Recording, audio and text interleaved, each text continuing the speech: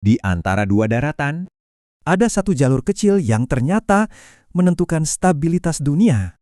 Namanya Selat Hormuz.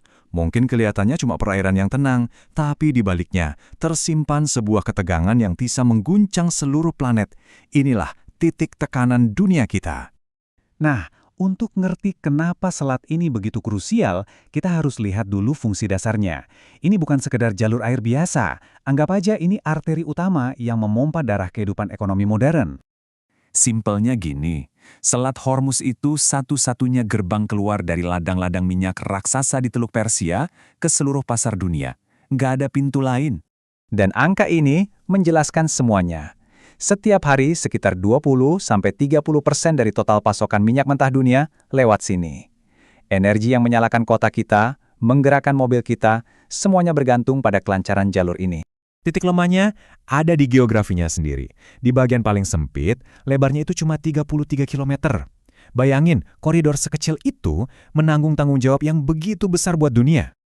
Tapi, pertaruhan di selat ini bukan hal baru. Jauh sebelum kita kenal minyak, tempat ini udah jadi panggung perebutan kekuasaan antar kekuatan-kekuatan besar dunia. Dulu banget di tahun 1500-an, Portugal menguasainya buat jalur rempah-rempah. Beberapa abad kemudian, giliran kerajaan Inggris yang ambil alih kendali. Terus, abad ke-20 mengubah segalanya.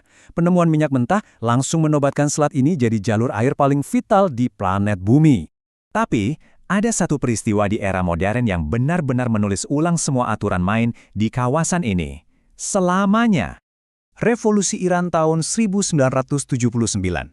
Dalam sekejap, negara yang tadinya sekutu utama Barat di Teluk Persia berubah jadi musuh bebuyutannya. Yang tadinya penjaga stabilitas, kini jadi kekuatan yang menantang tatanan global.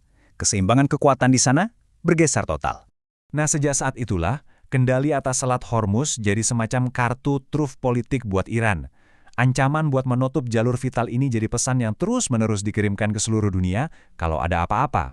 Dan ancaman itu bukan cuma gertakan sambal. Sejarah modern mencatat banyak sekali insiden nyata yang bikin perairan ini jadi salah satu rute paling panas di dunia. Waktu perang Iran-Irak di tahun 80-an, ada fase brutal yang namanya perang tanker. Di masa itu, kapal-kapal dagang biasa jadi target militer. Ratusan tanker diserang dan dampaknya langsung bikin pasar energi global panik. Puncaknya adalah sebuah tragedi yang luar biasa.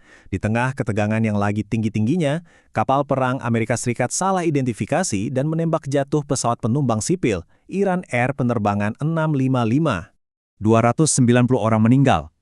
Sebuah luka yang sangat dalam, yang sampai hari ini masih membayangi hubungan kedua negara dan jadi pengingat betapa fatalnya sebuah salah perhitungan di selat ini.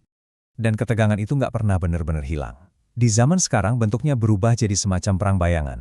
Ada serangan sabotase, penggunaan drone dan ranjau, penyitaan kapal asing, dan patroli militer yang tegang setiap saat.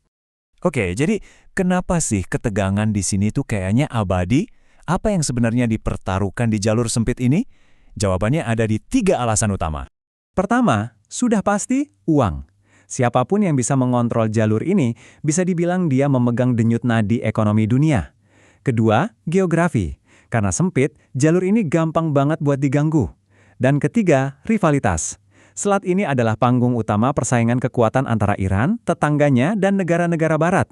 Ada satu analogi yang paling pas buat menggambarkan situasi ini. Selat Hormuz itu ibarat keran minyak dunia. Kalau kerannya terbuka, ekonomi global lancar.